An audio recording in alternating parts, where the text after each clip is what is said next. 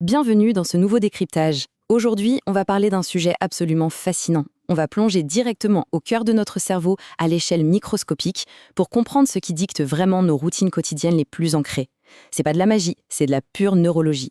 On va voir comment une simple action du quotidien se transforme en un automatisme quasi impossible à briser. Bref, on va décortiquer les rouages invisibles qui expliquent pourquoi on agit comme on le fait, souvent sans même s'en rendre compte. Pour commencer, posons-nous une question qui a rendu fou des tas de scientifiques. Comment est-ce qu'on fait pour s'échapper d'un cercle vicieux d'habitudes toxiques? L'histoire de Lisa Allen est parfaite pour illustrer ça. À 34 ans, son bilan était, disons, assez lourd. Elle luttait contre l'obésité depuis l'enfance, des agences de recouvrement la harcelaient pour des milliers de dollars de dettes et elle fumait et buvait depuis l'âge de 16 ans. Mais lors d'un voyage au Caire, décidé sur un coup de tête, après une rupture compliquée, il y a eu un déclic hallucinant. Il suffit d'imaginer la scène. Un matin, désorientée dans sa chambre d'hôtel, à moitié dans le noir, elle essaie d'allumer un stylo en plastique en pensant que c'est une cigarette. L'odeur du plastique cramé, mélangée à son profond désespoir, ça a créé un véritable électrochoc. Elle s'est alors fixé un objectif totalement fou, traverser un désert. Mais pour accomplir ça, il fallait modifier une première chose absolument essentielle, arrêter de fumer. Bon, plongeons là-dedans, parce que la suite est tout bonnement extraordinaire. En l'espace de quelques années, Lisa n'a pas seulement arrêté de fumer, elle a perdu 30 kilos, elle a couru un marathon, elle a remboursé toutes ses dettes et elle a même acheté une maison. On pourrait se dire « Waouh, quelle volonté de faire !» Mais des scientifiques d'un labo du Maryland l'ont étudiée. Et en regardant ces scanners cérébraux, ils ont découvert un truc captivant. Ce n'était pas juste une question de volonté. Les images montraient que ces anciens schémas neurologiques, ces vieilles impulsions destructrices, étaient toujours là. Mais ils avaient été littéralement court-circuités et reprogrammés par de toutes nouvelles routines. Une nouvelle activité cérébrale liée à l'autodiscipline avait tout simplement pris les commandes. Toute cette mécanique incroyable et très bien expliquée dans les recherches mises en avant par Charles Duhigg dans son livre Le pouvoir des habitudes. Ce livre montre, de manière tout à fait objective, que n'importe quel individu ou même des organisations entières peuvent se métamorphoser radicalement. Et comment? En modifiant ce qu'on appelle des habitudes clés. Changer juste une seule petite habitude fondamentale, ça peut déclencher une énorme réaction en chaîne et restructurer tous les comportements d'une personne ou même la culture entière d'une multinationale. C'est vraiment surpuissant. Et le plus fou, c'est que ça s'applique aussi à la dynamique des foules. Prenons l'anecdote très concrète d'un major de l'armée américaine qui était stationné à Koufa, en Irak. En analysant les vidéos des meutes locales, il a repéré un schéma hyper prévisible. Ça se passait toujours de la même façon. Une foule se rassemble, elle grossit, des vendeurs de kebabs s'installent pour nourrir tout ce beau monde, et puis d'un coup, quelqu'un lance une pierre et ça part en vrille. Sa solution? Il a simplement demandé au maire d'éloigner les vendeurs de nourriture.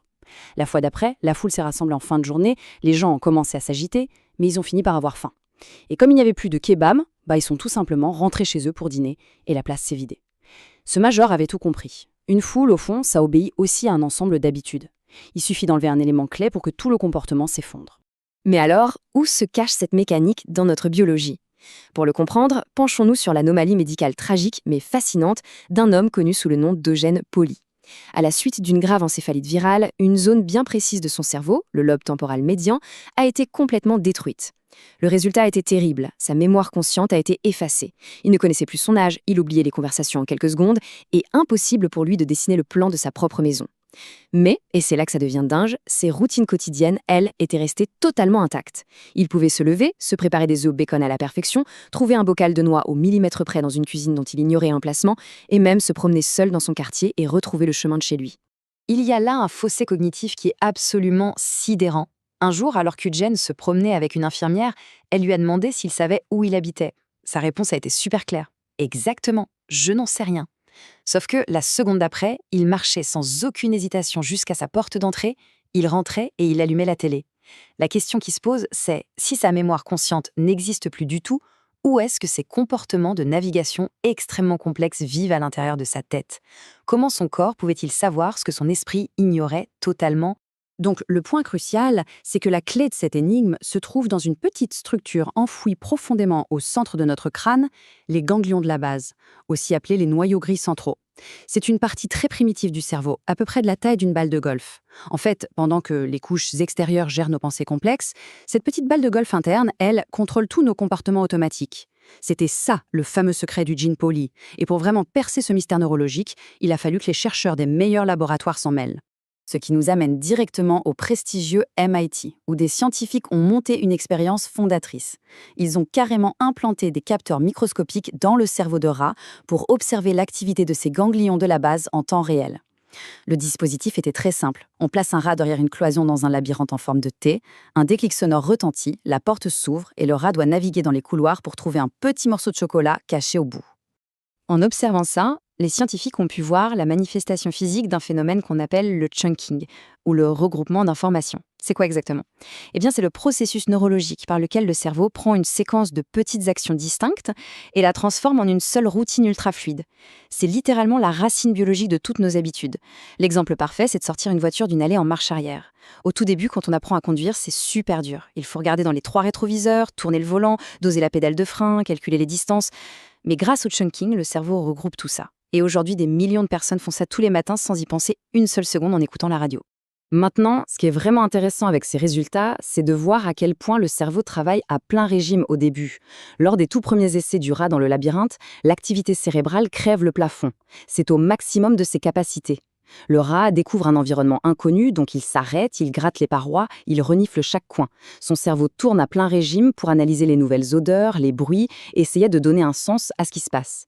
Mais si on regarde de plus près l'évolution des données, c'est fascinant de voir comment ça change. Au bout de quelques jours, le trajet devient super familier pour le rat. Il ne prend plus de mauvaise direction, il ne s'arrête plus pour gratter les murs.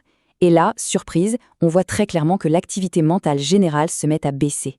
Le rat a de moins en moins besoin de réfléchir à ce qu'il est en train de faire. Et cela illustre brillamment la magie des automatismes. L'activité du cerveau chute de façon spectaculaire en plein milieu de la course. On observe un pic d'attention au début, quand la porte s'ouvre, un autre à la fin, quand il trouve le chocolat, mais entre les deux, c'est le calme plat. Le cerveau se met littéralement en veille pendant la routine. C'est un peu comme un folioscope de l'apprentissage en direct, la conscience s'éteint presque totalement, et ce sont les fameux ganglions de la base qui prennent les manettes à 100%. En fait, tout ça répond à une logique implacable de l'évolution. Notre cerveau, c'est une machine qui cherche en permanence à économiser de l'énergie. En transformant des tâches répétitives en habitudes gérées par nos zones primitives, il se libère un espace mental critique. Et cet espace, on peut alors l'utiliser pour des choses qui demandent de la vraie réflexion complexe, comme inventer des outils ou avoir des interactions sociales. C'est incroyablement efficace, mais c'est aussi exactement pour ça que, une fois formés, nos habitudes deviennent totalement invisibles à nos propres yeux. On ne les voit même plus. Passons à la suite pour voir comment tout ça s'articule concrètement. Les chercheurs ont décortiqué ce pilote automatique et ont découvert qu'il suit un cycle immuable en 3 parties. C'est le même mécanisme pour toutes les habitudes humaines, sans exception. Ça commence toujours par un signal, s'enchaîne sur une routine et ça se termine par une récompense. C'est une architecture redoutable et universelle. Si on ramène ce cadre à l'expérience des rats du MIT, tout s'éclaire parfaitement. Le signal, c'est le déclic sonore bien net de la porte qui s'ouvre. C'est ça qui dit au cerveau « Ok, passe en mode automatique ». La routine, c'est le comportement physique de courir à travers le labyrinthe sans réfléchir. Et la récompense, évidemment, c'est le morceau de chocolat à l'arrivée. Cette récompense, elle est vitale, parce que c'est elle qui dit au cerveau « Et cette séquence est géniale, on la mémorise pour la prochaine fois ». Avec le temps, le signal et la récompense s'entremêlent tellement fort que ça crée un véritable sentiment d'anticipation. Et bam, la boucle de l'habitude est définitivement cimentée. Tout ça nous amène à une réflexion finale vraiment essentielle. Si notre biologie est littéralement programmée pour nous mettre en pilote automatique afin de sauver de l'énergie, ça veut dire qu'il faut sérieusement commencer à observer nos propres actions. Derrière chacun de nos comportements machinaux, que ce soit un truc hyper productif ou une habitude totalement néfaste, se cache un déclencheur subtil et une récompense spécifique. Quel est le véritable signal caché qui lance nos routines chaque matin ? Si on arrive à identifier ces indices qui activent nos ganglions de la base, on détient peut-être la clé pour reprogrammer n'importe quel aspect de notre quotidien. C'est une invitation assez fascinante à s'observer soi-même, vous ne trouvez pas ? En tout cas, c'est la première étape pour reprendre le contrôle. À très vite pour une nouvelle analyse.